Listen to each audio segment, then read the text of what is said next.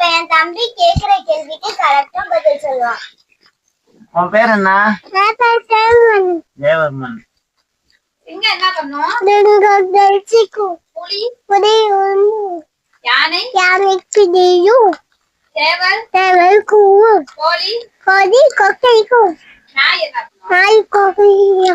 நாய் என்ன பண்ணும்?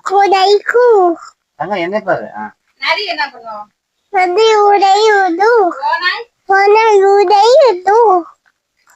எருது என்ன பண்ணும்? எருது பசுமாடு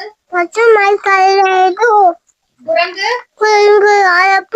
கழுகு கிளி வண்டு எலி நரி இங்க என்ன பாரு தங்க? வாத்து